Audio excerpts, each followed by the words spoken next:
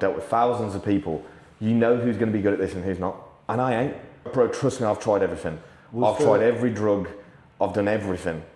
Yeah. And I'm still never going to be that good.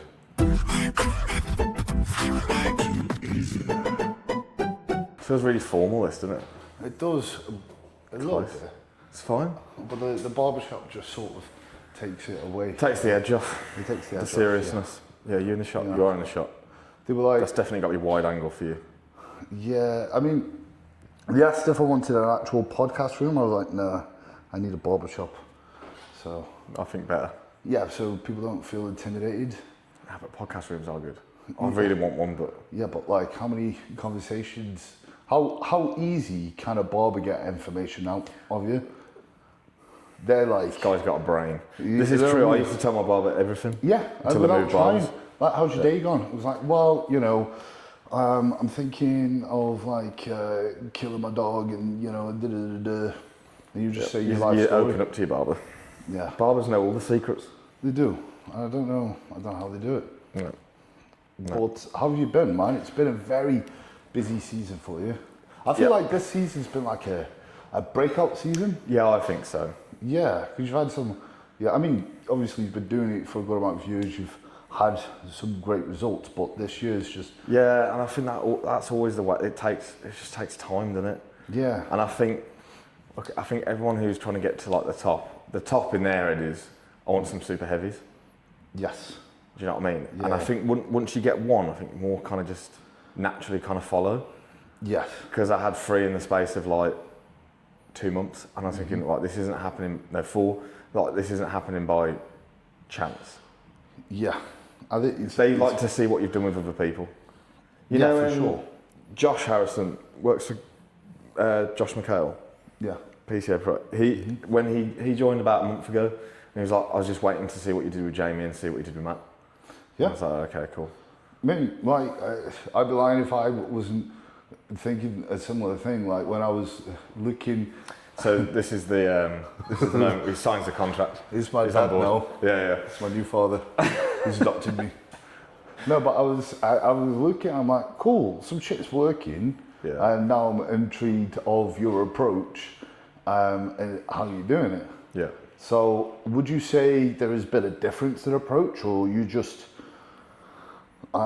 refined your approach going on, or is it just time of evidence showing that you're competent doing your thing? I think it mainly is the time thing. I think, because I think I put my first person on stage 7 years ago. Wow, yeah, 7 or 8 years ago, which is a long fucking time. I can still remember who it was. And since then, it's like every year's a little bit more people, a little bit more people, a little bit more people. And like at the start, it was more like first timers. And to be fair, I had a fuckload of first timers on stage this year. But I still really enjoy doing that. Yeah. Because they don't know what's going to happen. Yeah. So they're not preempting things. Do you know what I mean? Of being like, oh, is this when we add this in? Like they don't really even ask questions. Yeah. It's like, oh, okay, we're doing that this week. Okay, cool. That is a good one, because I've heard, because obviously I've not had the opportunity to coach pros yet, but I've heard that they can be a nightmare to coach. I think it's worse than coaching someone that's not a pro. Yeah, for sure. Because the longest, and it's like when Tofton came, the first thing I said to him on the call was like, are you going to listen to me? Yeah. Because for me, like I've known Tofton years, because we've both been with Strom since pretty much the beginning. So I know he's got a lot of skin in the game. He's been bodybuilding a lot longer than I have. Do you know what I mean? So I felt a little bit, not imposter syndrome, but it's just like, right, why is he asking me? Do you know what I mean? And the reason why he's also in shape is because he's actually listened. Because he said, I'm gonna do what you tell me. Yeah. And it's a lot easier to listen and do what you're meant to do when you can see it's working. For sure, 100%. And it's probably, well, it's easier to give advice than to follow your own advice. Yeah. And that potentially is the case. But I also understand from, like I feel myself becoming more uncoachable as I settle into the groove of how I bodybuild.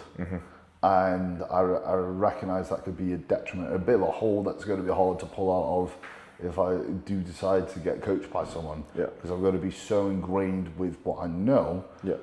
There's that risk of trusting someone with a different approach, but that would be the incentive with going with someone else as well. Yeah, but I also think like most coaches are stuck in a one approach way. Yeah. Whereas I like to think I'm different for pretty much everyone. But That's the way it should some be. of the times when it is someone more experienced, it is about getting stupid ideas out of the head of doing certain things. Because like what I think is stupid, they think is that's what you do. But they only think that because that's what they've only done. Yes. Do you know what I mean? Yeah. And I'll never make someone feel like a dick for suggesting it. I say, I completely get why you think that. Here's what I would do and here's all the reasons why.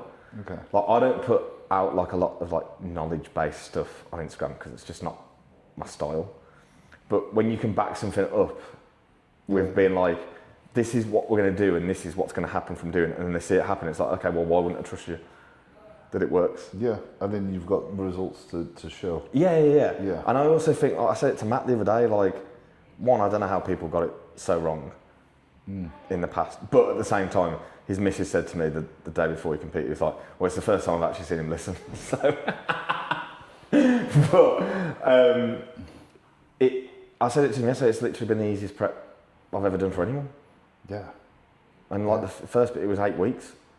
You know, it's still only 14 weeks in and he competes this weekend. That's crazy. It's just been, he's probably had more high days than he's had normal days. Because that's what he needed. Yeah. And it's just doing the best with whatever's put in front of you. Yeah. And learning quick.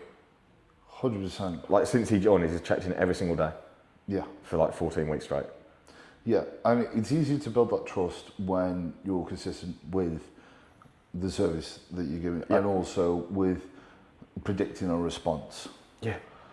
And which is really easy to do.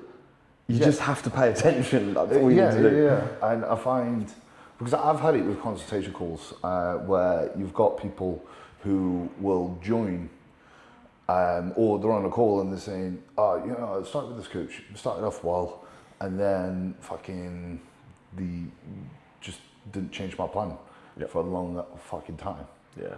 And there's a place for that sometimes. Yeah, but if everything's working, sweet, don't change. Also that they became negligent Yeah. to it, and they stopped putting as much diligence to that actual individual. Yeah. And it's like coaches get bored of a client. It's or they get complacent because it's like, this guy's just gonna stick around, so I don't need to try to retain them as much. Yeah. And the thing is with that, like doing someone's feedback takes the same amount of time if you're doing adjustments or not doing adjustments. Yeah. So just stop being lazy. It takes the same amount of time. Yeah. Do you know what I mean? And like, it always happens though, like people go out with the best intentions at the start because they think, yeah man, buzzing new client, that's fucking impressive. And it's like, oh yeah, they'll probably stick around so soon a bit. Yeah. Yeah. Which is shit. It's crazy. So you mentioned obviously that you're like stopping people from doing crazy approaches. What would you say the common crazy approaches you see that like people are making? Overuse of direct. Yeah. Overuse of, well, and it's normally they want to use that because they want to put in a burger and fries. Yeah. Because that's all that they know. And I mean, you can do that if you want, but I don't think it's any logic to it whatsoever. Unless someone has been doing it throughout the entire prep. Yeah. And you've seen and assessed, cool, he looks pretty good after that. Even then, I'm still a bit like, what's the point? Yeah. Like, what is the point? Because if you think a burger and fries, really, calories wise, it's not massive. Just eat normal food that you've had for the whole time. I think it's the novelty of it, and it's a novelty of it. It might relax the client or whatever. It wouldn't relax me. I'd be like, bro, I ain't had a burger and fries the whole thing. You want me to do it fucking one day out? Yeah, exactly. It's the unpredictability. For me, I think if you need to use that, something's gone wrong on the peak. If you need to do that. Yeah. And then also with diuretics as well. Yeah. I find like, again, like, if you've trialed it before, you know that Yep. you need to use it. You might need to use it for someone who like absolutely needs shitloads of calories and and they look good after like high fats and a bit of shitty food. Yeah. But 'Cause you some would people know do. that before, and Yeah. I had a lot of people they're doing it the first time at the peak. Yeah, and then it's also not like you can trial diuretics. You're not going to do a mock peak and add Diazide. No. So why the fuck are you going to do it before the actual main show? Yeah. It's so. And look, there's a can be place for it. Yeah. Like, and have I used it in the past to people? Yeah, because that's what was needed. Yeah. But it's Have you normally found because that you something's gone use wrong. Have you found that you're using it less and less? Yeah, I've found myself doing way less on an overall peak. Like I used to think, oh, I need to do all this, I need to do that because the client's expecting some magic shit. Yeah. Where the magic shit is, don't change. If you're ready a week out, why? Yeah. The magic shit is being ready. Yeah, the fat loss. That's the magic bit. Yeah. Do you know what I mean? Yeah. Like, I didn't. The thing is, like, even again, I know I keep referring to the same people, but it's just good examples. Matt, before peak week started, he said, I always fuck peak week. I'm like, okay, cool. Well, we're not going to change anything then. We didn't change anything. Yes. He ran training day diet on a show day. Yeah. And he makes No, I sense. didn't even do peak max because, bro, I was shitting myself. Because I was just thinking, well, if he always gets it wrong, I don't want to get it wrong. Yeah. Yeah. And a week out, it's like, bro, you can step on stage right now looking like that. And he was fucking peeled. It's minimal room for error. Yeah. At the end of the day, if you look fucking good then, the best way to secure good look of the day is to keep the same shit. Yeah. Really. And then like Jamie, I'd put some peak max in the day before, and then I saw him because I went down in the afternoon, day before, and he'd done a couple of servings, and he was pissing like fuck, and he was just flattening off. Yes. And I was like, okay, well, don't use it for the rest of the day. Yeah. Let's add a bit more food. Yeah. Do you know what I mean? You have to be on that. The amount of times, bro, I'll change something on that day based on something. It's like, right, we're not doing that. Yeah. Change that. Yeah. Because that's happened, and I don't want to wait for the next day to know that it's shit. Yeah. And I think people think like, oh, peak max, it's just a week. It's not. Yeah. It's actually not. Like, it's interesting because you barely hear someone when they go and they've lost the show. They're like, I didn't take enough drugs. You know, it's usually the other way around. The other way around. They've taken they've put too much shit in. You know, or they're not ready on time or whatever. Like people don't really lose a show because they didn't take enough. Correct. Yeah. And that's the irony because people are trying to chase they think, oh, how can I get a couple of extra percent rather than how can I minimize any risk to this fucking loop that I've got? I'm going to use that quote. Yeah, that's well, good. I've got to record myself. Yeah, thanks, bro. Yeah, how can I minimize the risk? Yeah. That's perfect. Yeah. And if you're ready, just do the same. Yeah. And I think it's because I have been at that spot. Yeah, and I've learned, you know, it's the impulsivity of everything. Again, it's just expected a peak week. It's the fucking phrase peak week that throws people off. Yeah. And, you know, again, it's just trying to just make sure it goes as smooth as fucking possible. Just chill out. Yeah. So. And like, what bad is going to come from like stuff like take away cardio, bring your steps down a bit? Nothing bad's going to happen, is it? No. It's just simple things. It is, yeah. Probably going to have a few higher days. Yeah. Maximise fullness. Yeah. Drop a bit of fluid off. Yeah. That's it. There's no risk there. Yeah. So simple. You have to play more risk when the person is not potentially ready. That's it. And I've done that, bro. You know, thrown kitchen sink at it to get them ready in a week. And it's worked, and paid off. Yeah. But I'd rather not be in that position. Yeah. Well, it's potentially more dangerous, but two, the risk is you could completely fuck it the other way as well. You know. And then you look like a dickhead. Yeah. But so when someone's out of shape on stage, they don't say, oh, fucking hell, what happened to him? They say, fucking hell, who's his coach? They do, yeah. But I find like the best way to come back from that is to acknowledge it. And a lot of coaches will just go, do the same again. or do the same again. They stop. They just go, fuck, we'll try it again. Yeah. Fuck, we'll try it. Or they all just blame the client. Yeah. And I find I see a lot of that, right? Because they're so ego-driven, bro. A lot of this industry is. But yeah, it's bodybuilding, isn't it? There's nothing wrong with holding your hands up. You know what? Fuck that, man. It's the easiest way to become better. Yeah. Yeah. Right, don't do that with that person again. Because every coach has missed at some point. Yeah, 100%. The top guys. I remember, seeing Chris Acito make a post. I gained so much more respect for him when he made a post about Cedric McMillan, because he was working with him, and he said, I messed this up. He had the lines there and everything, and come show day, we had the wrong approach, and I completely blurred him out, and I cannot stop thinking about it, and it's haunting me, and it's da-da-da-da. And I'm like, that guy is not going to do that shit again. Exactly. And that's, he feels shit, and a lot of coaches will try to protect themselves from feeling that way. Yep. But again, you can have that with competitors, and when you see a result of the show, there's a lot of people that won't, considering objectivity is a massive requirement to actually get shit done.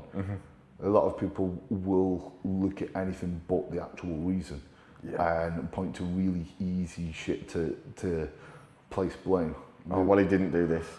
Yeah, he didn't do that. It's a politics, or I got overlooked, or Simply wasn't good enough. Yeah, even if it's politics. Yeah, and look, bro, if you're better, you would have won.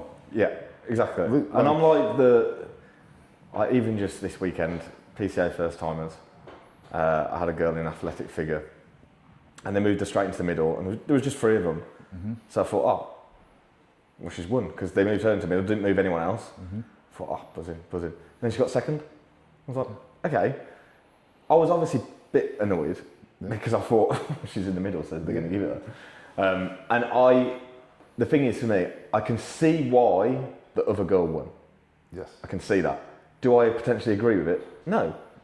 That's it. That's it. There's nothing I say changes it.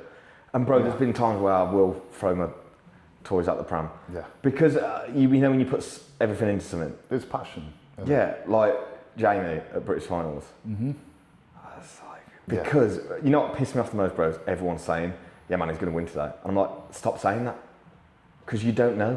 Yeah. And I said about a month ago in a group chat, someone we'd never even fucking heard of is going to turn up and win it. And he did. And I didn't agree with it, but I also, and that wasn't me saying Jamie should have won. Josh Law should have won that day. Yeah. Hands down. Yeah. Mental. And some guy that looked 200 pounds won super heavies. Because he had lines in his ass. Yeah. But this is why I think you're making a statement of the coaching scene, because you are able to think that way, objectively. Yeah. You'll just say how. Well, I didn't want to be in the room, bro, when that happened. Yeah. But I got out of there straight away. I normally stick around to talk to people, but I knew everyone was just going to be talking about that. I was like, man, I need to go, man. Yeah. So we went out for food instead. Yeah. Do you know what I mean? And the thing is, Jamie's not a fucking spoil sport, bro. No. As soon as you come up, bro, it's what easy going. We've got to be better. Yeah. Cool, let's do it. That's it. That's always going to be the answer. Yeah.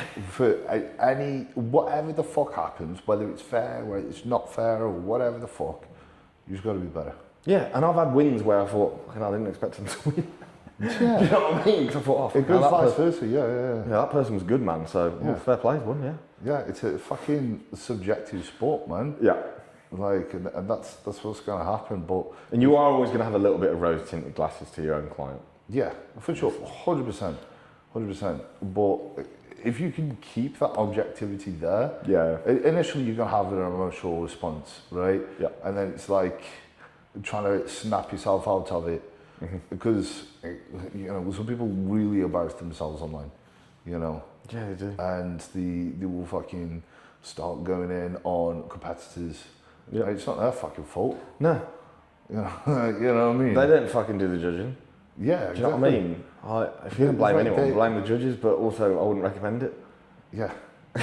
No, because you can't change it. You can't change it, and they probably will see it. And if they see it, they're going to remember it the next time they see you. And if it is politics, that's not fucking helping. You know what I mean? If you're going to be fucking pissing them off. Yeah. So, Just fucking move on. Accept it, Next. get better. Yeah. Yeah. Which is the answer to everyone. Yeah. Like, I don't think there's been a person I've said to this year, you don't need more muscle. Yeah. Because that is bodybuilding. That's all it is. And I've had clients that have been upset, like really upset because they've been told where to add muscle. And they're like, I've been told I need to add muscle. I'm like, listen, every single competitor pretty much needs to add more muscle. Yeah. Mr. Olympia goes away, and he's the best bodybuilder in the world. He will go and try to add muscle. Yeah. You know? Yeah, exactly. And just refine it. And refine. Like Jamie, realistically, to turn pro, he probably doesn't need more muscle. Yeah. That's not what he needs. But if he has more, it's only going to make it easier. Yeah. And he needs more glutes and he needs more legs. That's it. That's it. Another thing as well is, this is how I phrase it, and this is what sort of allowed me to be okay with the thought of losing the pro qual. Is regardless if you win or lose, the process is going to be exactly the same. Yeah. If you turn pro, muscle. you're going to go away and get in the gym and back on your plan. Yeah. If you don't, you're going to do the same thing. Exactly. Nothing changes. And people ask me, they were like, what now? And I'm like, Same thing again. The same thing as if I fucking don't turn pro, I would just add more muscle, become better. And that's the cool thing about this sport. It's not you're holding yourself back, you're just contributing to your pro physique even more. Yeah. So by the time that you do turn pro, you're closer to being more a competitive pro. Yeah. And, you know, it's perhaps another show, Jamie could have turned pro like a week after. Yeah. Do you know what I mean? It's similar with Sam. Yeah. He turned pro just a couple of weeks after, you know? And that fucking British lineup is fucking dense, right? Yeah. And there's a case that a lot of that lineup could have fucking turned pro. Yeah. Well, I remember the head judge when they were comparing the top four. He said any one of these could win a pro card today. That's it. And But people don't realise, man, like, it's fucking competitive. yes. Like, bro, it pisses me off, man, because I know people are only being nice and trying to support, but they're like, oh, bro, they're going to win, man. Your client's going to win. I'm like, bro, you don't know shit, man, because any motherfucker could turn up. Yeah. You could go anyway. And people you've never heard of. That's usually the case. That don't post on Instagram, don't have social media, turn up. I've had that, like, and this is what I will say to clients is, stop comparing. Because one, Instagram doesn't showcase the actual thing, right? You could be worried about a motherfucker and they're in the second call out, and then the guy that you don't even know of wins. Like, this is why the comparison is fucked, because the only way to compare, even if you compare and you're in person next to him, the only actual fair comparison is on the day. Yeah. Because even the prep process, people come in quicker than others, and they look different when they're fucking, you know, flatter and whatever the fuck. Or it's been a fucking long ass day waiting to get on fucking stage. Yes. Like British finals, it was a fucking joke, bro. Yeah. How do you deal with that? If there's like constant delays, because obviously I always just think everyone's in the same boat. Yeah. Everyone's in the same boat, and everyone's trying to peak for a certain time, and it's delayed. Yes. It's what it is. You just have to do what's best. What you look at the physique and think, I know what to do. Yeah. Yeah. But it's hard when someone's in their head. And a lot of the best people are stressors. Yeah, they're in the head. I mean, you're probably you're so laid back, you're horizontal. Yeah. But that's why you're good. You don't do the social media hype bollocks. Yeah. You don't put any extra pressure on yourself. You just love bodybuilding. You turn up, you do it. That's it. It's the best way, man. Because you but take it too serious. Telling someone not to stress when they're a stress head is It's fucking pointless. Yeah, It's just what happens.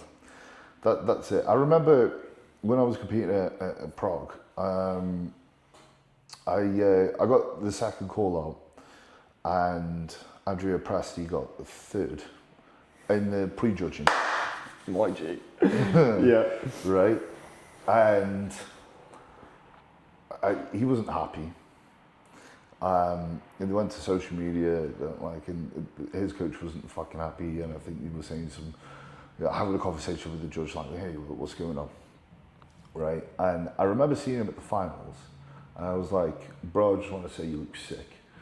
And he was like, I wish the judges thought so. Yeah. And I was like, well, do you feel like you look better than you've done before? You did previous show. He was like, yeah. I'm like, that's the win. Yeah. Really, it's the only thing, because you could have a different lineup of judges, or you could be a different lineup of athletes. Different lineup of athletes. There's so many uncontrollable shit, uncontrollable variables that, like, the main thing that you can focus on is just getting better than you did before. And if you've done that, then that's the win.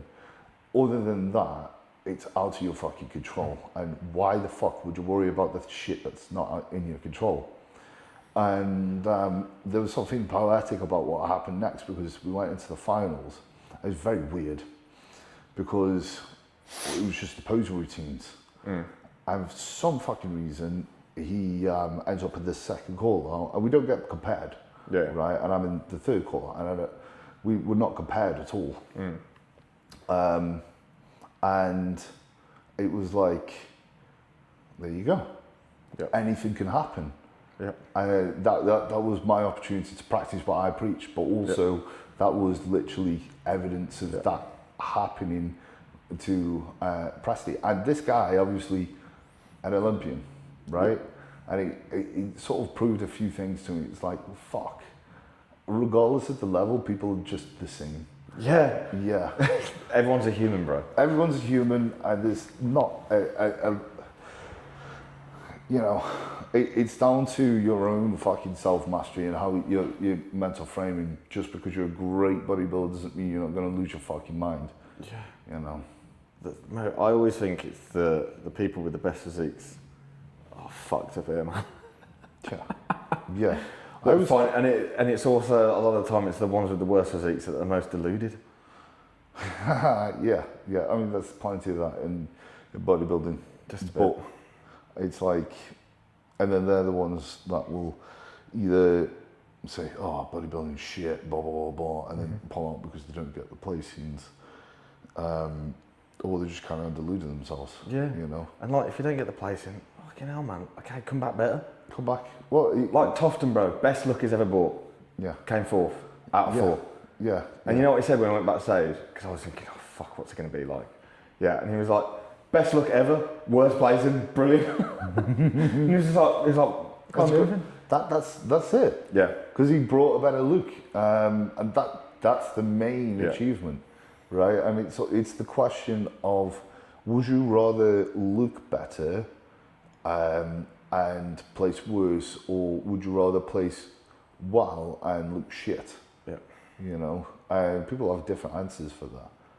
But if you're like a bodybuilding purist, I believe that you should be focusing on and just looking fucking better. Because that's what bodybuilding is. Yeah. It's not the trophy or whatever. No. Because you can't control that shit. I get it. Everyone wants to win. Who doesn't? Yeah. But fucking don't spit your fucking dummy out. Yeah. Like, grow up, man. Yeah. There's always someone better. There is. Look at Samson. Yeah. Last year, Mr. Olympia. This year, not even close. Yeah. And that's the game, man. Like, it's the game. There's always someone better. And bodybuilding becomes a lot easier when you're okay with losing. Yeah. Well, everything becomes better when you're okay with losing. When you're okay with failure, there's a better possibility to succeed because you're willing to actually do the like I said to Matt, well, we can't get worse than that. Yeah. There you go. Yeah. You can't get worse than last. Yes. So the next show will be even better. Brilliant. Yeah. 100%. Fucking better be anyway. Can you imagine 5th? No, I'm not going all the way to Italy for him to not do well. No. I mean, it does, because he's got so much muscle. Got so much muscle, great posing, Yeah. It's peeled. Yeah. Really nice, fresh looking physique. Mm-hmm. Got all body parts, not missing anything. It's not torn as shit. No. No. So, He's not ugly, which does help, funny enough. do you reckon? Yeah. Really? I think so. It's the overall look, isn't it? I thought it was like the neck down. Right. I'd say more so with like PCA and stuff. Fair. Poster boys. Yeah. No, that makes sense. Same with coaches. Do you want to work with someone ugly? I wouldn't. I don't know. That's why I got no clients. I don't know. Like, what? Like well-rounded. Just just like looks like shit. But maybe they look like shit because they're just too busy coaching. Just too busy coaching. That's my excuse anyway. Yeah. Haven't been looking after myself. I've been too swamped with work. No. But I didn't think of it like that. I think it is class specific as well because like you've got physique. Bro, physique, you've got to be handsome, man. Yeah. Because if Ryan Terry just, I don't know. Shaved his head. Shaved his head. Yeah. Look at that hair, man. Full head. That's it. I'm not saying he won because he's got a full head of hair. But it's the saying he overall aesthetic of him. Yes. He looks like Action Man. It does. And that's, in my head, that's the men's physique look. Yeah. Action Man. I've always thought that Ryan Terry was like the best sort of physique to be walking around in. Yeah. Because the best competitive physique is different to the ideal physique I would walk around. Yeah, with. agreed. Like competitive physique, I would like to be like a fucking Ronnie Coleman. Yeah. Walking around physique would be, I don't know, like an Andrew Jack or like a Ryan Terry or whatever. Andrew Jack, that's a pretty big guy to be walking around as. Yeah, but he can do the splits. That's true. He's Bro, very he looked functional. fucking mental on the weekend. Yeah. Mental. Yeah. I think next few years. He's very close. A lot of people were saying it was controversial where he placed. I don't know. I think he's got an unreal rig, bro. 100%. He's on a good trajectory. I thought he'd sort of stalled and he was sort of just going to float there for a little bit, but now he's just going to. Yeah. And I think now he's starting to nail it. But also, Looks like he's got the formula at the minute for peaking. Yes. This is on. But also, he's the most infuriating person when you listen to the story of how he got into it. Because just like how he's just accidentally fallen into bodybuilding. He's like just training, and then Larry Wills goes, "You look sick. Why don't you try bodybuilding?" And he's like, "Okay, cool, straight to the Olympia." It's mad, isn't it? Some people like that, and It's fucking mad. that is crazy. But also when I look at his physique, it doesn't surprise me. No. I think he's got one of the reason why I say he's got a great walk around physique because it's a candid physique just standing there. Yeah. You know. He just looks good at whatever he does. Some people don't look like how they look until they hit a pose, if that makes sense. Yes. Yeah. Agreed. I reckon I'm one of those people. Quite unless I hit a pose, my physique doesn't represent it how it should. Yeah. But Do you think that's young muscle though? Because how old are you? You're still quite young, aren't you? I'm 28. I reckon. You're still pretty young, bro. Yeah. You are fresh. Yeah, I reckon. And you spent a lot of time natty. I did. Do you reckon I should have? I always think with you, you've got like black man muscle. Really? Yeah. That's crazy. Like in terms of you just look perma full. Do you know what I mean? Like you could probably not eat for a couple of days and you still look full. I don't know. I think it's just the way the muscle is. It's very bubbly. Yeah, I mean, when I'm flat, it's not great. I can't get away with a flat look. Yeah. Some people can. Some people still have that. Like, I know Samson overdid it this year, but usually, if he was on the flatter side, he would get Still away full, with the muscle bellies. I've got to walk a fine line. Yeah. Which, you know. I just think it's the way like it all inserts and shit, and just even like midsection. I appreciate it. Like when you do a vacuum. Yeah. quite Samson-esque. Yes. Okay. See, I'm buttering him up for coaching. It is. No, but I think it's just you're a fucking bubble. But you always were, even when you were natty, it was quite a bubbly. But I find with my physique, I always thought I was going to be a blocky bodybuilder because I didn't have a back. Yep. Or I didn't have great shoulders. And then there was just a certain time when I dieted down, because I even got told I wanted to do classic. I was like, oh no. People were like, you're not classic. Yeah, you know, agreed. Classic. You look blocky. And I think I did certain muscle to certain areas to the point now where people are saying, oh, why don't you do classic? But the irony is I'm like 20 pounds over my cap, roughly. And if I was to be doing that, I would look blocky again. Yeah. So I think there's something to be said for that. It's like, no, you're definitely in the right category, bro, now. 100%. I can't. Fuck. Well, I just wouldn't be very good. I just wouldn't be very good at any other. Like, I couldn't. Men's physique, I couldn't do. No. At all. No. I wouldn't. It's funny to think about, isn't it? Because I don't even think I would do well in regionals if I was doing fucking men's physique. No. Just because I just don't suit the not category. have that look. No. At all. Yeah. But there are some people, if they suit men's physique or classic physique, they can interchange. They can do all of them. Yeah, 100%. And that's down to like the structure, and some people have to build around that structure as well, which is it's peck of the draw. And a lot of people they will say, hey, I want to compete in this, and you don't suit that, bro. Yeah. How do you break the news to them? I am brutally honest. You are honest, yeah. Always. Like I was saying to a guy this morning, bro, like it's his first check-in, and you know what, like he's good. And he'll be a first time next year, and he's got a fucking great physique. He does not look like a first timer, put it that way. And he sent his pictures, and the first thing he said is, looking at these pictures just makes me want to bodybuild. I was thinking, oh, we've got to fucking go. Do you know what I mean? And I just told him straight, I said, bro, like if you were shit, I'd just say, like you're not that good, but so you need to be better. Like he could be really fucking good. So I tell him that. And it's the same as someone comes to me with being like, I want to do classic. I'm like, bro, you are not classic. You are built like a fridge. I suppose it's hard because they're probably thinking you're saying good shit because you're the coach and whatever, and it just happens to be true. Right. Well, I always preface it, bro, by just saying, look, I'm not blowing smoke. Yeah. I don't blow smoke up my client's arse. If you're doing well, you're ticking all the boxes, I'm going to say good things. Yeah. If you're not, I'm going to do the opposite. Yeah. And if you're not good enough, I'll tell you. If you are, I'll tell you.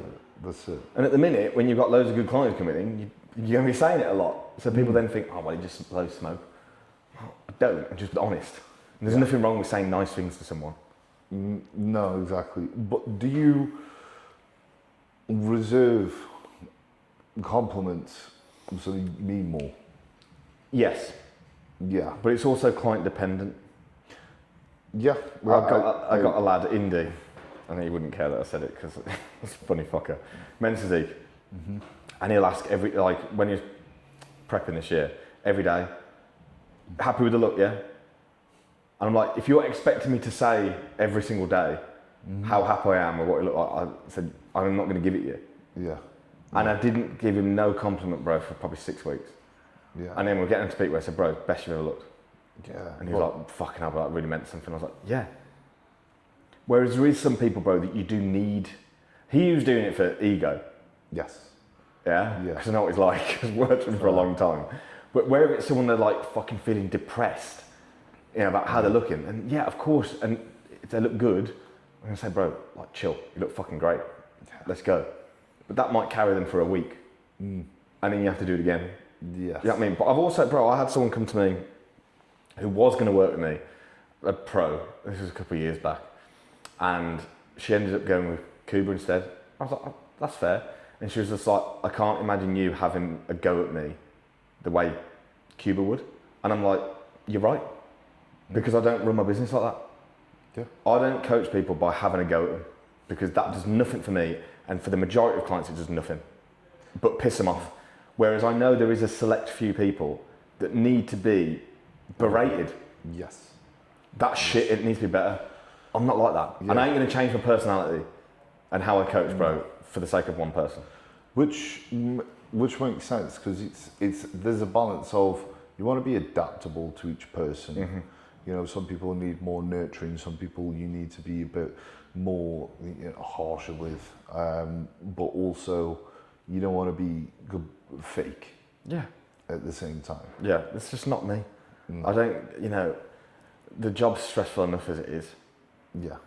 And if I'm there having a go at everyone, that's not going to make me feel great at the end of the day. No. Even when, bro, it's like some heavy days, like, you'll know, bro, like, you have some back-to-back check-ins and they're all fucking low, or shit's happened or whatever. It fucking takes it out of you. Because you come off it, you're like, oh, fucking hell, Jesus, man. Yeah. How'd you deal with that? Because I can relate when, because shit happens and it's very easy for clients to actually, you know, open up and whatever. Yeah. I sort of see it as like a therapy thing. Yeah. And carry on, sorry. How well, one, is there a line where you go, hey, like, you know, I'm not your therapist, or, and also, how do you deal with the burden of people dumping the problems on you? Yeah. So I think, for me, bro, it normally happens when someone's worked with you for a while, right? Instead of me looking at it like, oh, fucking hell, fucking trauma dumping on me, I actually try and flip that and just be like, they feel comfortable enough with me to talk to me about their problems. That's quite a nice thing. Yeah. You know, and bro, I remember speaking to a very well-respected coach in the UK, and he saw one of my check-ins come through and he saw how long it was. And he was like, bro, fuck that, I tend to go to therapy. And I'm just like, it's just not how it goes, man. Because for me, I know I'm not a therapist. I know I'm not. I'm a bodybuilding coach. Yeah. However, if them voicing their problems has made them feel better, yeah, if then them listening to my response has made them feel better, is their physique going to get better? Yeah, so it is coaching. Yeah. I get it. Absolutely. When people say you shouldn't have to do that. And sometimes, bro, with some of the shit I see, I do think that, but I'm still going to deal with it. Yeah, but also, I think of Hani Rambod, who, like, I remember he would speak about, like, Phil, he would try to help him with his business, his relationships, and his because he knew that was going to make him a better athlete, right? But another thing is, coaching is not regulated. No. And kind of glad it ain't, bro, else I probably wouldn't have a job. Yeah. But so it's like when people say you shouldn't have to do that, then where's the rule book? Yeah, where's the line of what you should have to do in things like that? Because when I first got into coaching, it was very simple of like, okay, we're going to put this guy in a diet, and blah, blah, blah. And then it evolves more and more, and I'm looking at blood work now, I'm like, fucking hell, what have I become, you know? Yeah. And realistically, we shouldn't have to be doing that. That's a doctor's job. But, you know, how do you draw the line of where your responsibilities go as a coach? It's difficult. It is difficult. Because, look, anyone that's a good coach and a nice person wants to help. Yes. But I always say to people, don't be afraid to say that's not my remit.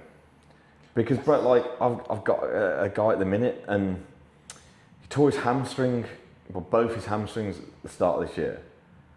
And kind of like, we're on the road to recovery, doing all the shit we should be doing, all that sort of stuff. And then they've just gone completely backwards. Like, it's just gone back. And it's been like fucking 6 to 7 months. So he messaged me yesterday, said, look, bro, they've got worse again. The first thing I did was message, you know, Coach Baxter? Yes. Message him straight away. Yeah. Started a group chat, me, him and my client. I said, Bax, I need help with this. Yeah. Because I don't know what it is. And I don't. Like, that's Emma Curran, yeah. post-show. It's just like, look, I want to try something new for training, and I'm going to go to Baxter. Cool, man, let's do it. Yeah. And I love him. because he's sick. And there's a couple of people now we're working like a three-part deal. Yeah. He does the training, I do everything else. Yeah. Sweet with me, bro.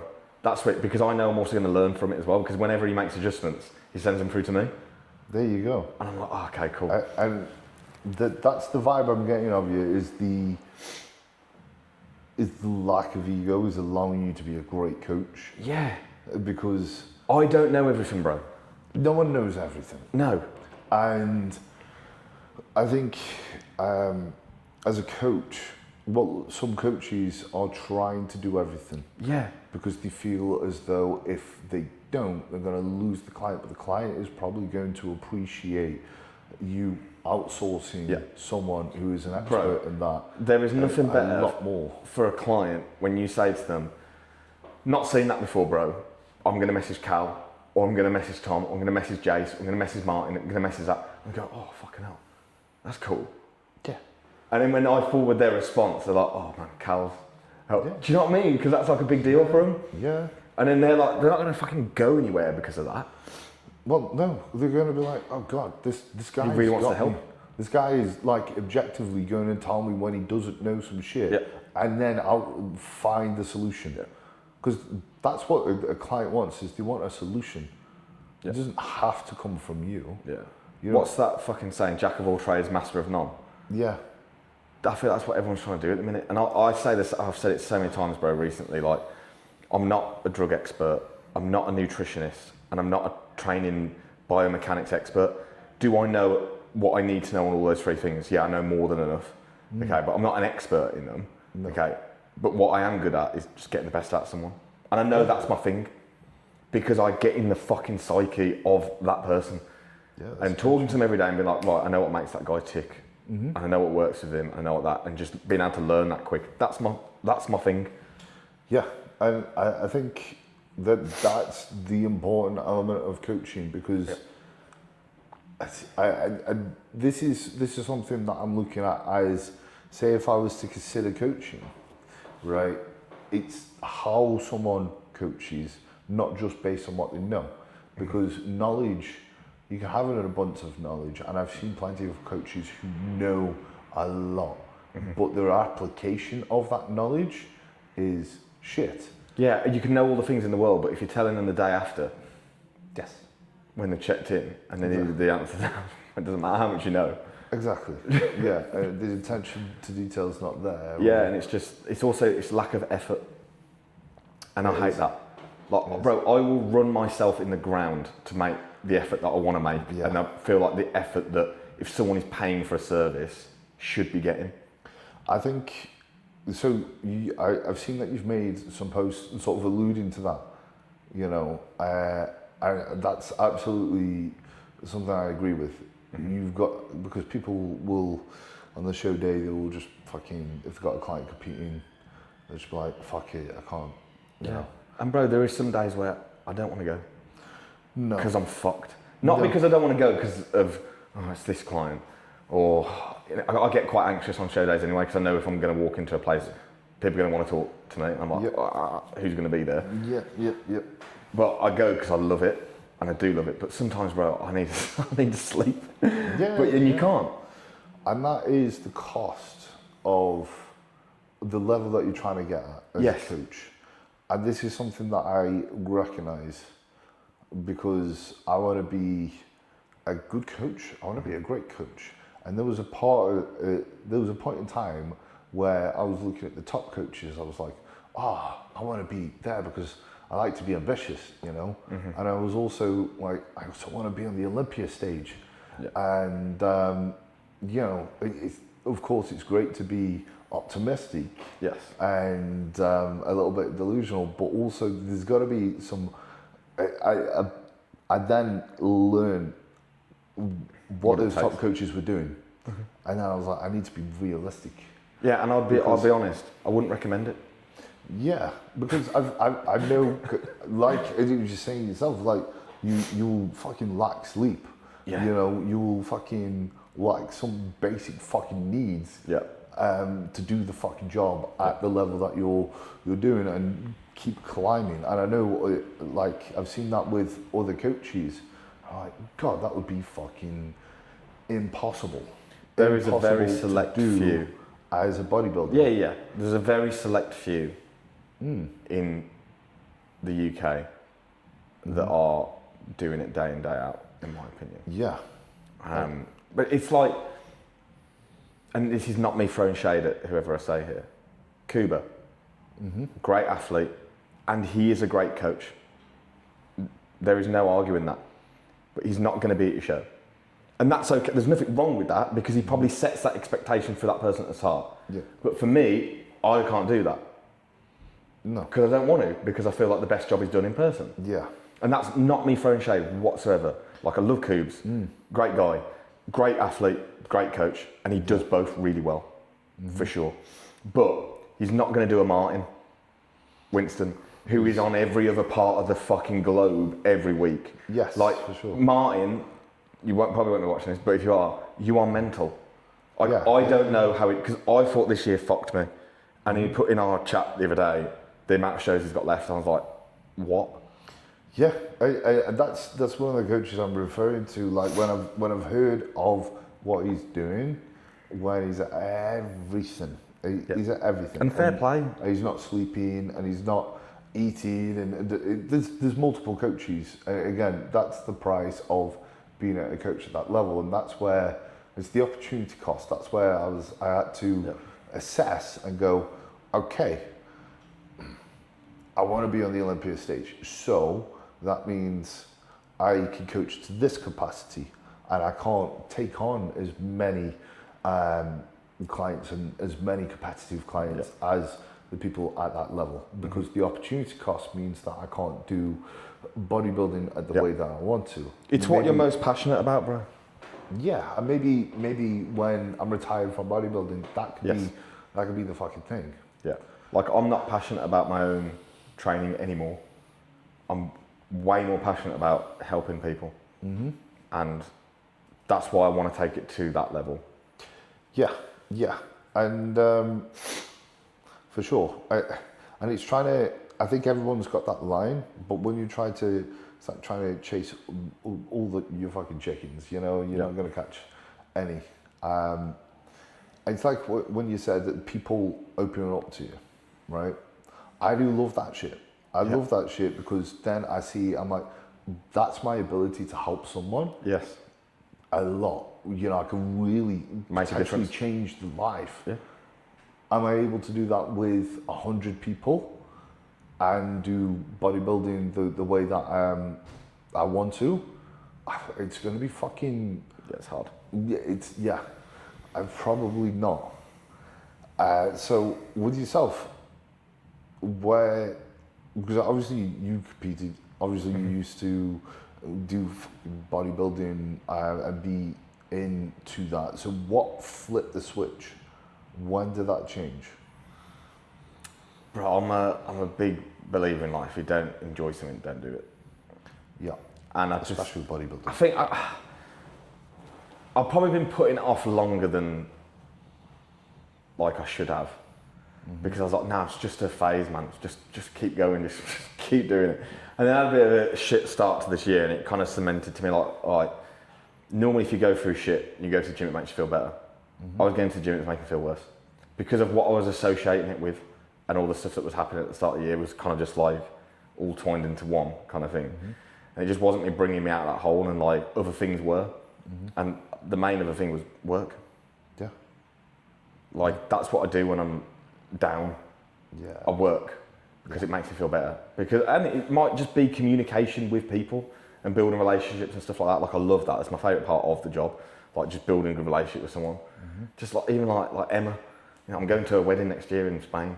That's sick. Like, that's sick. Yeah. Do you know what I mean? We did 4 different countries this year. Like, you build class relationships, and all through telling someone what to eat and how to train and stuff like that. I think it's class. But yeah, and also, bro, I'm not deluded, man.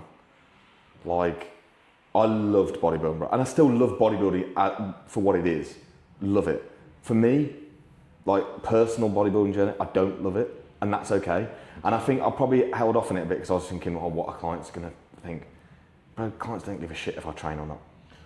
No. And bro, when I still do train and I train with clients, I'll still smoke them on fucking most exercises anyway. But it's like, I now train for enjoyment. If I want to train that day, I go and train. If I don't feel like training, I don't train. And I take that pressure off. And there's going to be some days, but it's like, I think it was when show season was just like being mental. I was like, I don't know how I can do both here. And I spoke to Josh McHale. I said, bro, you know when show season comes around, do you stay on it? And he was like, do a fuck. It's like, it's impossible. Because you want to do it at the level that you want to do it at. You can't. Yeah. You can't do both, man. And yeah, I think I was just putting it off for a while. And probably not realising like I just needed to take a step back. But the not being deluded part, bro. It's like, yeah, I did a show, first timers, PCA, came third, then did FitX, came third. Like, did a 65-pound push from there, got pretty fucking big. I'm still never gonna be that good, even if I did it for 10 years, bro. And that's not me like doubting myself or kicking myself or whatever. No, I deal with hundreds of people all the time. I've dealt with thousands of people. You know who's gonna be good at this and who's not. And I ain't. And I'm fucking fine with that. Yeah. Because bro, trust me, I've tried everything. I've tried every drug, I've done everything.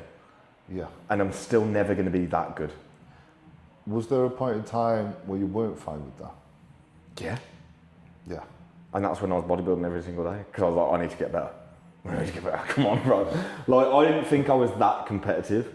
Like, when we got into that first show, I was like, man, I'm just happy. I'm here. I'm peeled. I've done everything I can. I've done everything my coach has said to do. Sweet, done. And then when I got third, I was fuming. And it was only because I didn't agree with the second and third call at both shows, actually, which annoyed me. But I also now look back at the FitX, I get it. The guy had a lot more muscle than me. The guy at PCI, I don't know how he came. I don't know, beat me, it fucking pissed me off still. But yeah, and I came out like, right, I need to get fucking massive. And like, there's been some diets since then and big push-ups and stuff. Like, man, I got to like 265. Like, I wasn't a small guy. No, you weren't. But it's like, I remember, bro, the week of me competing, Brandon Harding was competing as well. Not at that show, but he was on his peak week. I was 190 pounds on stage, he was 194. He looked about 60 pounds heavier than me. And I was like, I just don't have that, the muscle insertions, the bubbliness, granted I can get peeled. That's about it though. Yeah. That's it really. It's never going to be like an aesthetic looking physique. It's never going to have crazy muscle insertions, and that's just what it is, man. And I still keep myself in relative decent shape. I'm like still like 225, 230 all the time. My weight never changes. Doesn't matter what I do in the day, bro. I mean, my weight's just the same. Yeah. It's just stuck there now, and I'm cool with that. That's pretty cool. Yeah, as long as I'm not like a stick, I ain't bothered. Yeah, that's the cool thing. When you do give it a good go for a while, maintaining a decent physique is just fucking easy. And that's the payoff for that. Yeah, exactly. You know, it's like the irony is, if you go fucking at the extremity of it, you're probably gonna finish up like torn and blown out and distended and shit like that. Yeah, I would have looked awful, bro. 100%. Yeah. So like you've done well. Like, I'm probably gonna end up like a fucking fucked up afterwards. Oh yeah, I feel like I got out at a good time because, bro, man, I did push things because I was just really trying to not be shit. Yeah. Like, I would have done anything, bro, and have done anything. Like, everything you can think of. Yeah, man, I've done it just to try. Yeah. It's hard to really know the line of how hard to push when you're going for a standard, and what's too much and what's too little. And that's something that to be honest, I'm sitting with, because I've never been a guy that's pushed heavy. In terms of drug load? Yeah. What's like max per week?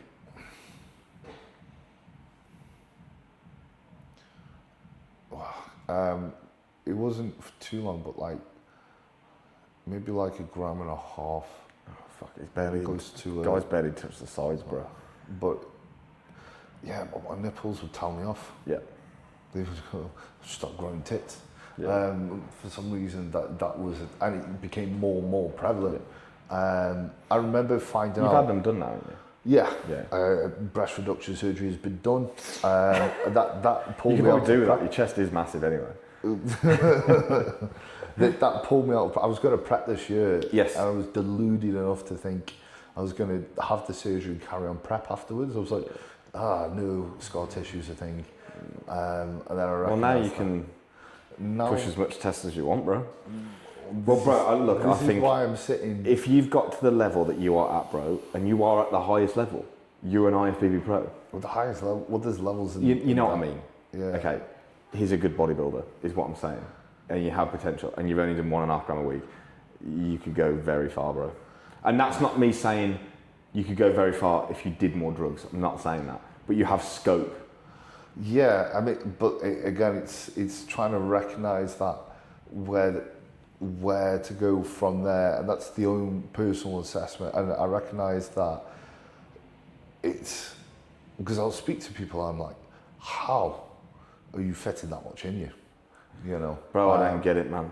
I don't get it. and I'm like, because I jab myself. One of the things that stops me from pushing is I fucking hate jabbing. Yeah, who does? Bro, who enjoys it? So, some people, believe it or not, enjoy jabbing, and I'm like, fucking psychopath. Takes long. I can't be arsed. Yeah, and it's like, I do TRT like when I remember. I'm like, oh, feeling a little bit low this week. Oh, I haven't jabbed for about 3 weeks. I should probably do that. yeah, and also I've had some horrendous jabs. Yeah. Where before Prague, I got told, because I don't jab my legs, I jab my leg, not much, and you both fucking swell up. I couldn't fucking move. And I remember my physio saying, this is quite concerning, because I was hoping he could like release some shit. And he was also Eddie Hall's physio. And he was like, have you ever, do you know what to do with this shit? And he said, that could be sepsis. And that obviously made me shit myself. Yeah. It's like a week and a half before Prague, right? And he was like, you want to aspirate it with a green needle at the most painful part.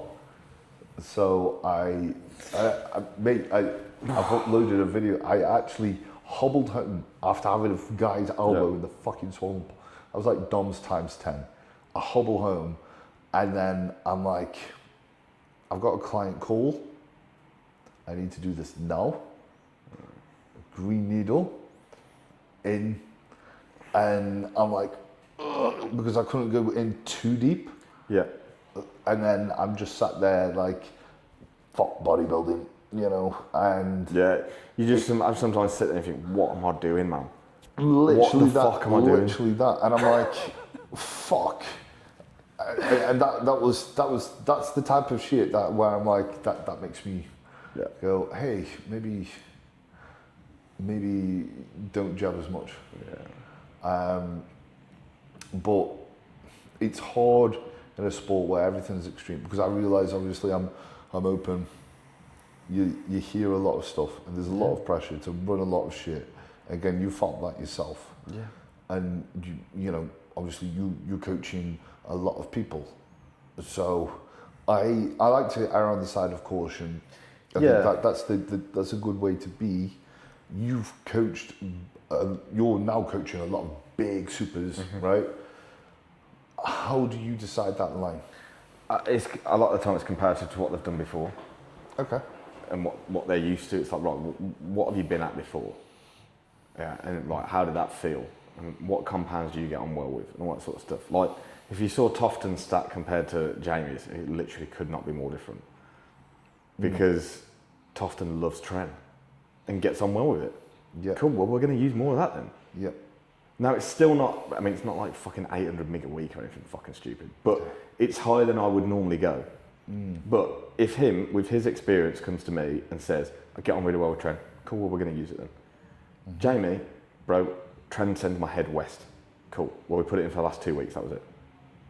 Yeah. A very small fucking amount. Yeah. Anyone that's bigger knows what they get on well with. Yeah. So I'm going to ask. And I'm not going to say, right, we're just going to do this. And then do the whole setup and they go, oh, I don't get on well with that.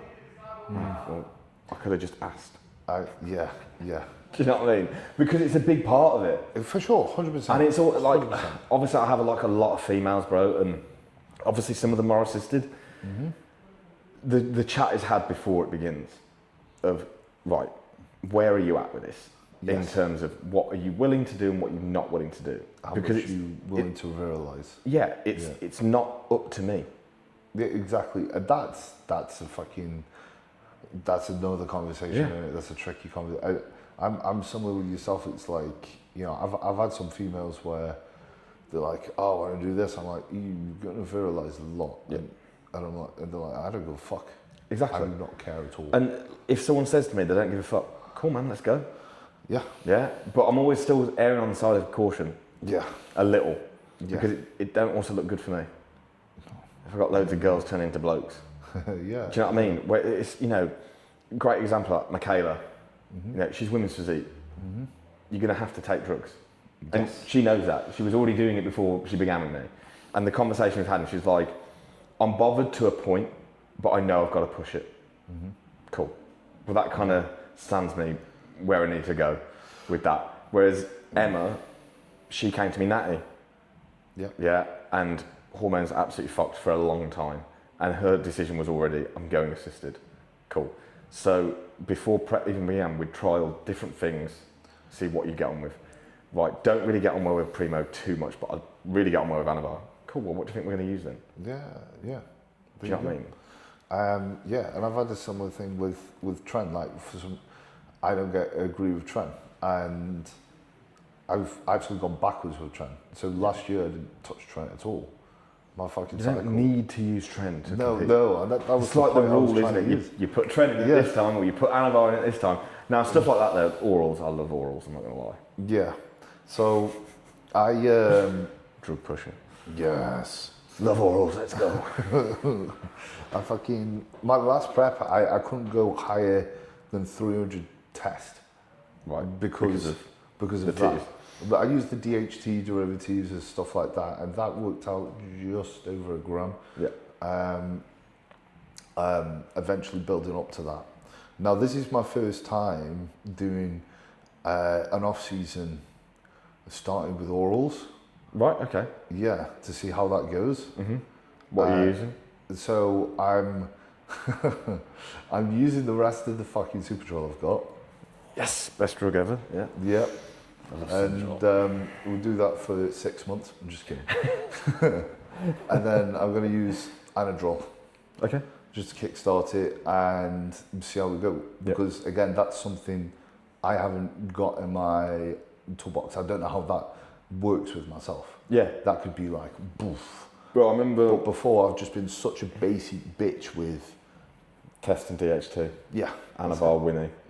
Not even that, mate. Just the Anavar maybe a little bit at the end of a prep, but it's just been test and fucking DHT. Yeah.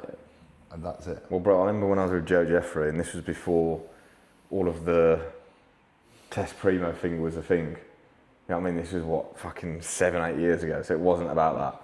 Yeah. Granted, we were using test and primo, but it wasn't like test really low, DHT really high. I was doing a gram and a gram. You know? And then we were doing D-bol and Anadrol pre-workout for like 6 weeks on, 6 weeks off. And fucking hell, bro, my strength was retarded. Great. Yeah, mental. Yeah. But it was like a very quick way to get injured.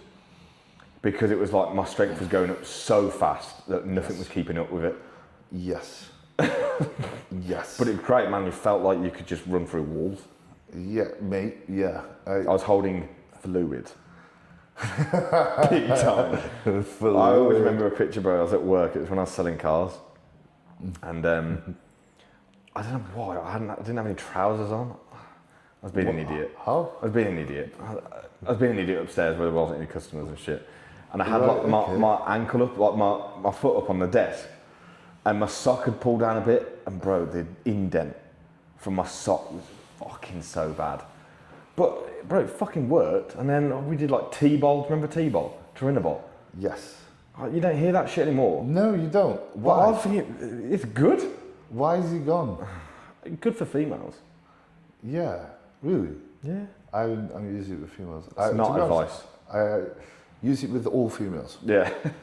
Even the natty ones. Yeah, exactly. General lifestyle.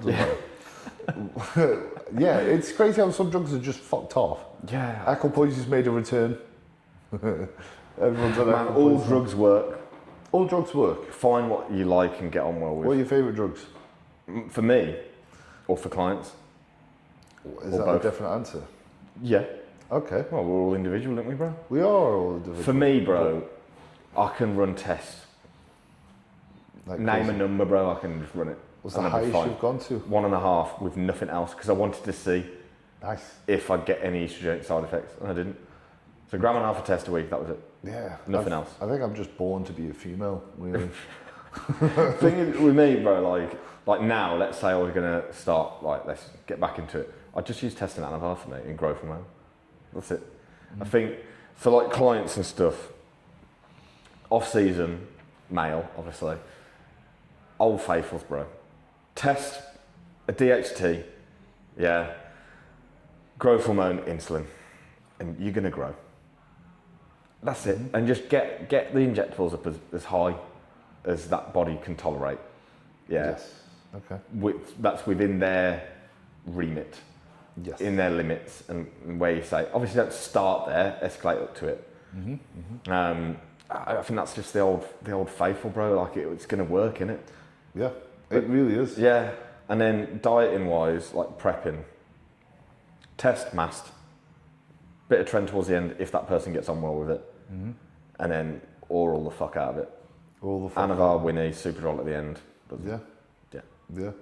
Like I'm not like I've done like, I think obviously because I've had more higher level people this year, I've used it as a chance to kind of like experiment a bit. And I know that any of them are going to go, yeah man, give it me.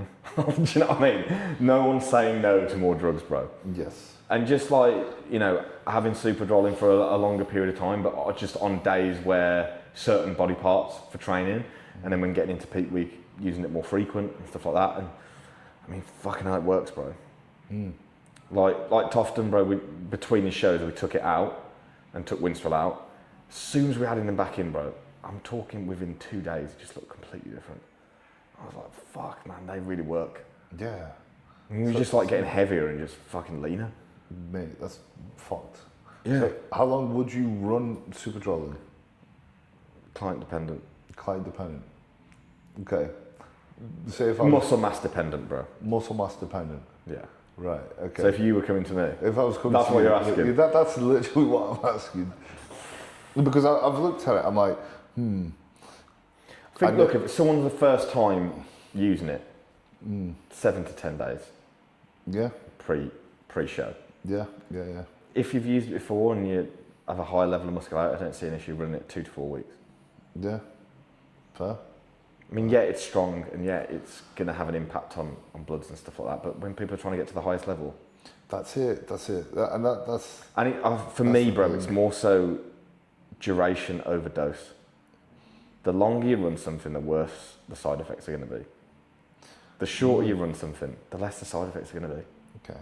So, are you on the mindset of if you had to pick between the two, like heavy and short amounts? Yeah, Over like really long exposure. really? Yeah, especially for females. For females, yeah. I always say devil is in duration, not the dose. Yeah. That doesn't mean I'm fucking loading them with fuckloads for 2 weeks. I'm not saying No, that, no.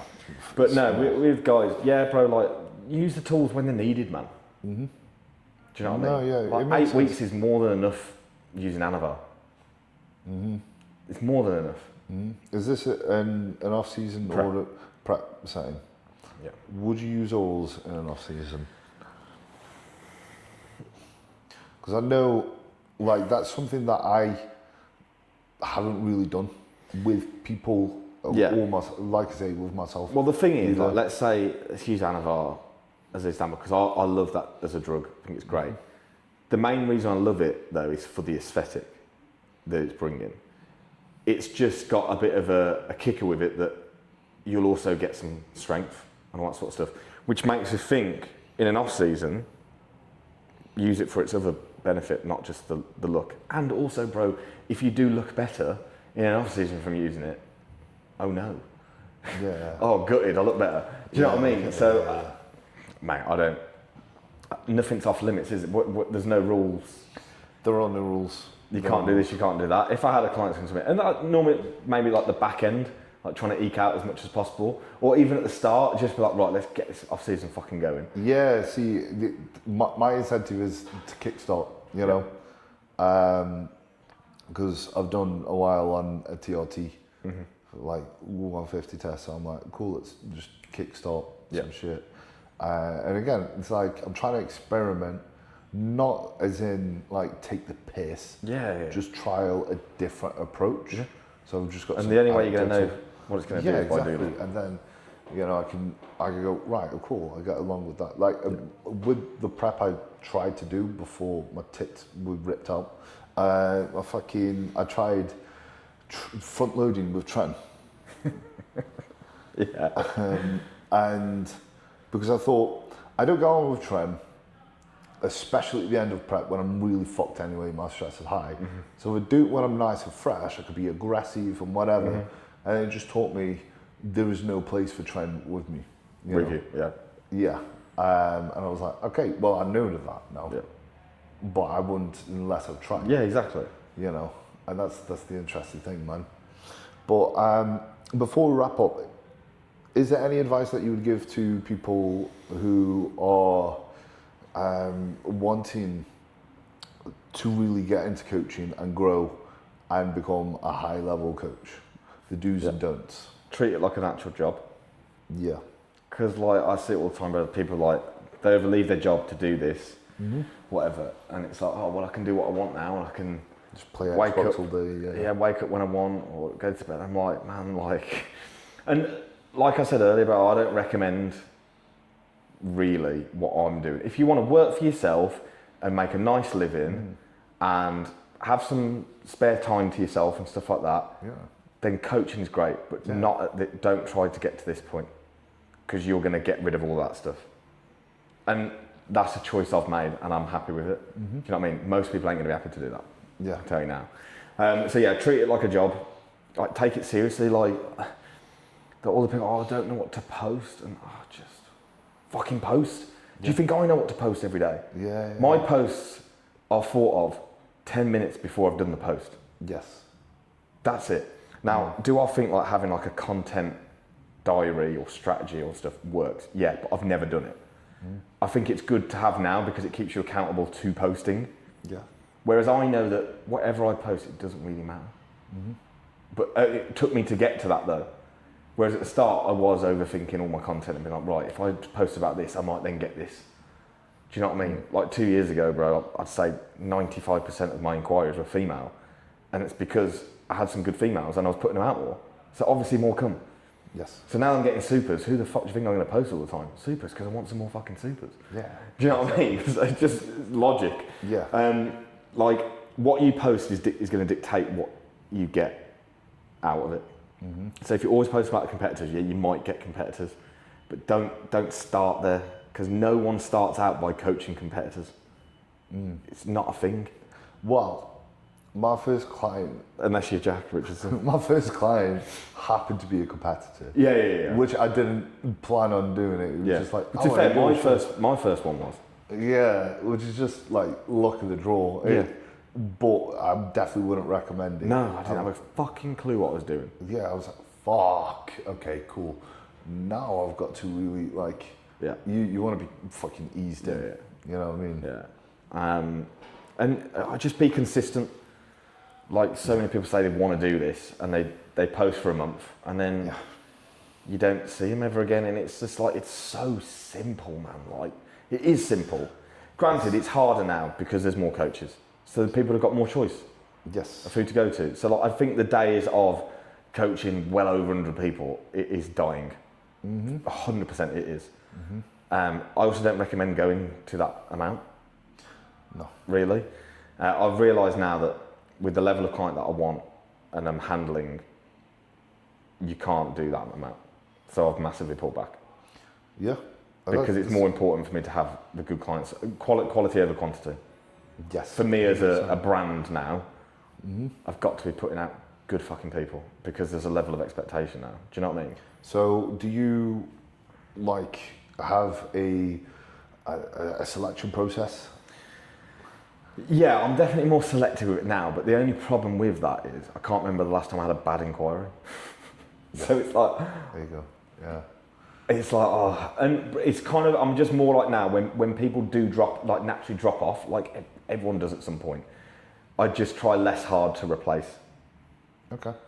I'm not putting out, we've got spaces or whatever and stuff like that. I just kind of let it just happen naturally. It's annoying though, because I do like helping as many people as I can. Yes. Because that's what I like, but at the same time, like especially this year, I'm like, right, coaching at the high level is a lot more work. And I know it's just little things, but like I finish my work later.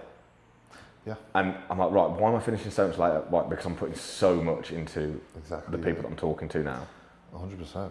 And I'm big on daily check-ins, like I'm massive on that. Like everyone's different. Mm-hmm.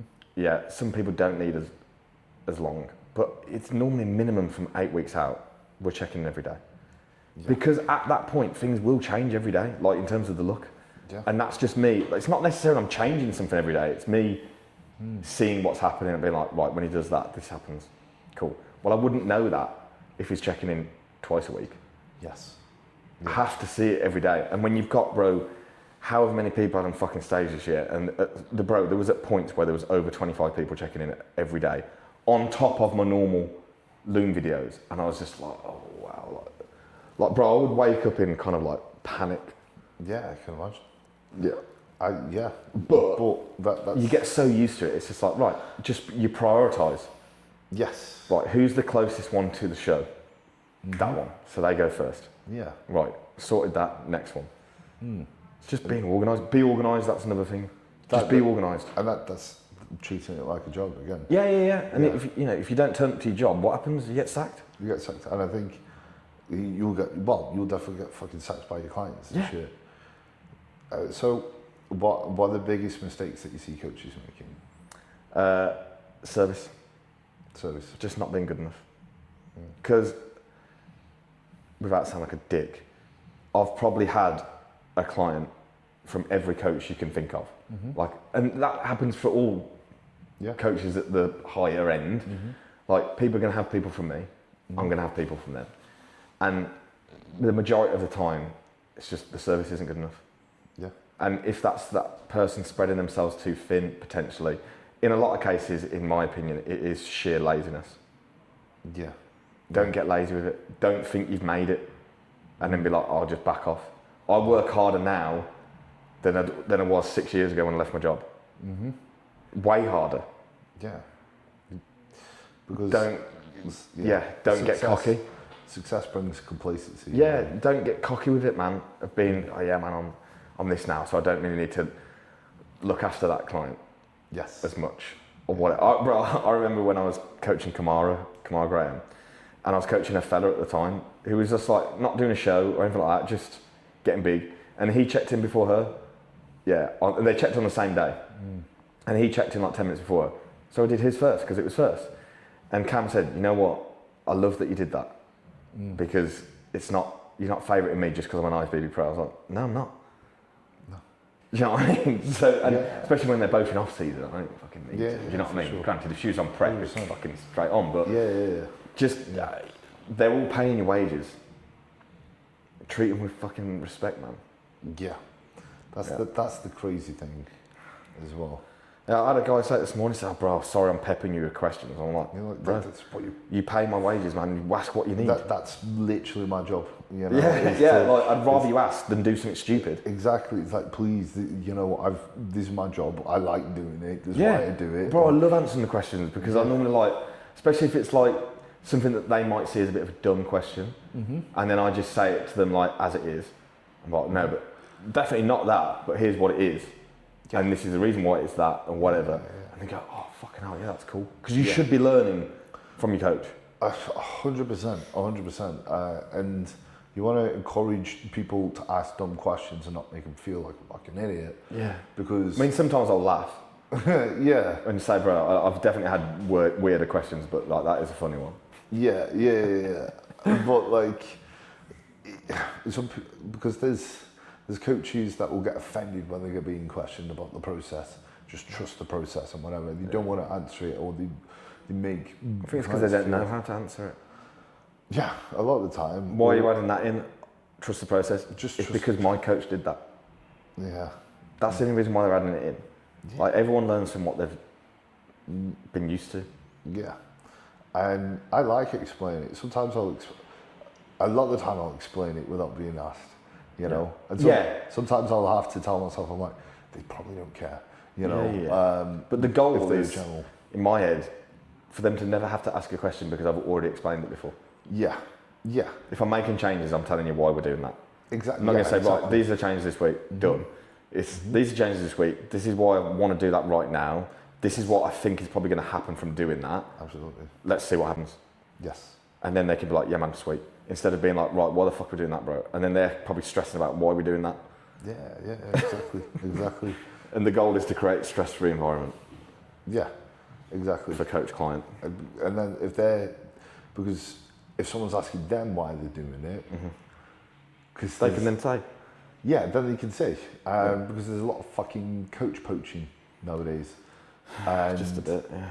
You know, if they can actually explain the context to them, it makes it harder unless the coach is completely just going to fucking gaslight the motherfucker. Yeah, it's going to make him harder for him to go, oh, that's shit. And if they go, oh, we're actually doing this because of this, it's a completely rational explanation, you know? Yeah. Always have an explanation for what you're doing. 100%. And if you don't... Because there's nothing worse than being stumped. Yeah. Client goes, right, why are we doing that today? Oh, fuck. I have no idea. Yeah, and then you look like an idiot. Yeah, exactly. Yeah. But, brother, it's been an absolute pleasure. Sick, man. Sick. Bro. Gang. Before we go, I forgot to do this. Where do people follow you if they're not following you already? Christian_physique pro. Instagram. Boom. Let's get it.